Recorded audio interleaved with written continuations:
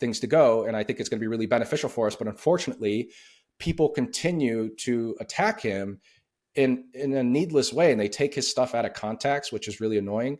But I feel like that's why mainstream media is starting to die in the first place, is because people are catching on to just how often these news channels and magazines are taking people out of context and getting a little 10-second blurb and not including the rest of what they said. I'll give you, or even just, or focusing on a specific word that he said that wasn't quite right. I'll give you an example. So this is a story from CNN.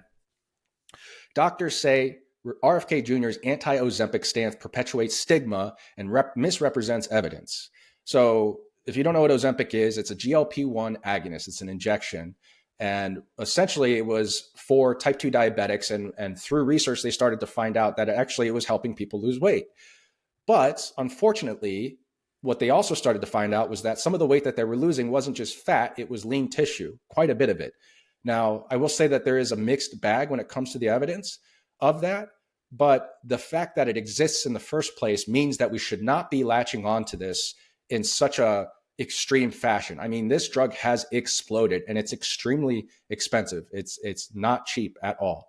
Not to mention you're taking away supply from type 2 diabetics that actually need it, which is very important. But going back to the story, what CNN says here is Kennedy claimed that Novo Nordisk, which makes Ozempic, doesn't market the medicine in its home country of Denmark, where, quote, they do not recommend it for diabetes or obesity. They recommend dietary and behavioral changes, end quote. In fact, CNN goes on, Denmark does use Ozempic, so much so that the Danish Medicines Agency said in May that it would restrict its use until after people had tried less expensive medications to treat diabetes. So I don't know if you caught that, though, but he never said they didn't take it. He said they do not recommend it and they don't market it. And they really even just said it right there. They said in May that it would restrict its use until after people had tried less expensive medications to treat diabetes.